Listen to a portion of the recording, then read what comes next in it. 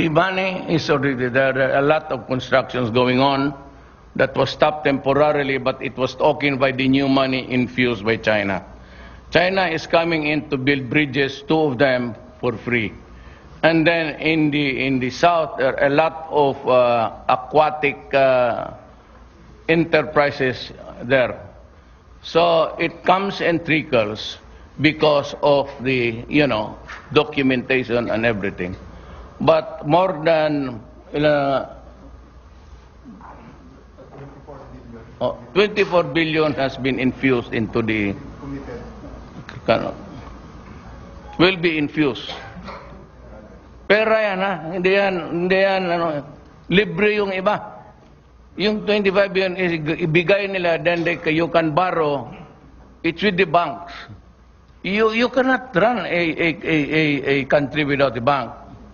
Hindi mo pwede ibigay yan, they cannot go there to the countryside and give it. So it has to be a bank, and we have decided to use land bank as it is really called, land bank, for extension of services, where they go and deliver the money for the cooperatives. But you have to strengthen the cooperative and feed it with money. And it's being done, and it will produce results. Maybe at the year's end, and that's the time when you say, have we done something good or have we done something bad? Or we are a son of bitches who are doing nothing.